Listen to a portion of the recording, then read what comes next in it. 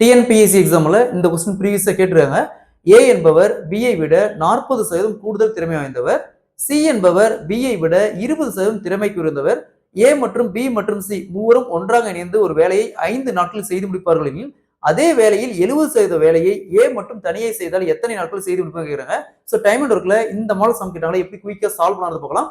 அதற்கு முன்னாடி நம்முடைய அகாடமியில டிஎன்பிஎஸ்சி மற்றும் டிஎன்பிஎஸ்சி டிபார்ட்மெண்ட் எக்ஸாமுக்கான எஸ்பெஷலி மேக்ஸ் அண்ட் ரீசனிங்க்கு நியூவா புக் லான்ச் பண்ணியிருக்கோம். ஸோ இந்த புக்கை பத்தி வேற ஏதாவது டீட்டெயில் வேணாலும் சரி, இல்லை புக்கை ஆர்டர் பிளேஸ் பண்ணாலும் சரி, மேலே இருக்கிற நம்பருக்கு கான்டெக்ட் பண்ணுங்க. ஸோ கொஸ்டின்ல ஏ என்பவர் பிஐ விட 40% கூடுதல் திறமை வாய்ந்தவர் அப்படிங்கிறாங்க. ஸோ இந்த மாதிரி பெர்சன்டேஜ் கொடுத்தாவே நீங்க காமனா 100 எடுத்துக்காங்க. சரிங்களா?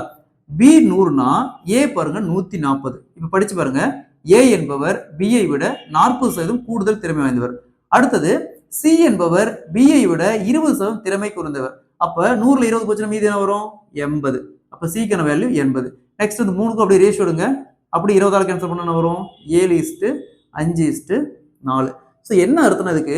ஏ ஒரு நாளைக்கு 7 வேலை செய்யறான்னு அர்த்தம், பி ஒரு நாளைக்கு 5 வேலை செய்யறான்னு அர்த்தம், சி ஒரு நாளைக்கு 4 வேலை செய்யறான்னு அர்த்தம். ஸோ 3 பேர் சேர்ந்து அப்ப ஆட் பண்ணுங்க.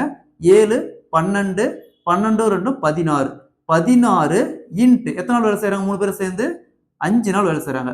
ஸோ இந்த 16 × 5 = 80. இந்த 80 அப்படிங்கிறது டோட்டல் வேலை, அதாவது மொத்த ஒர்க்கு. இந்த 80 வேலையில 70% வேலை, 70% 70% 100.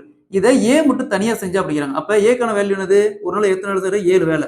ஸோ அப்ப 80/7. ஸோ அப்படி 0 0 கேன்சல் பண்ணிடலாம். 7 7 கேன்சல் ஆயிரும். இந்த 0 0 அப்படியே கேன்சல் ஆயிரும். அப்ப சி = 8.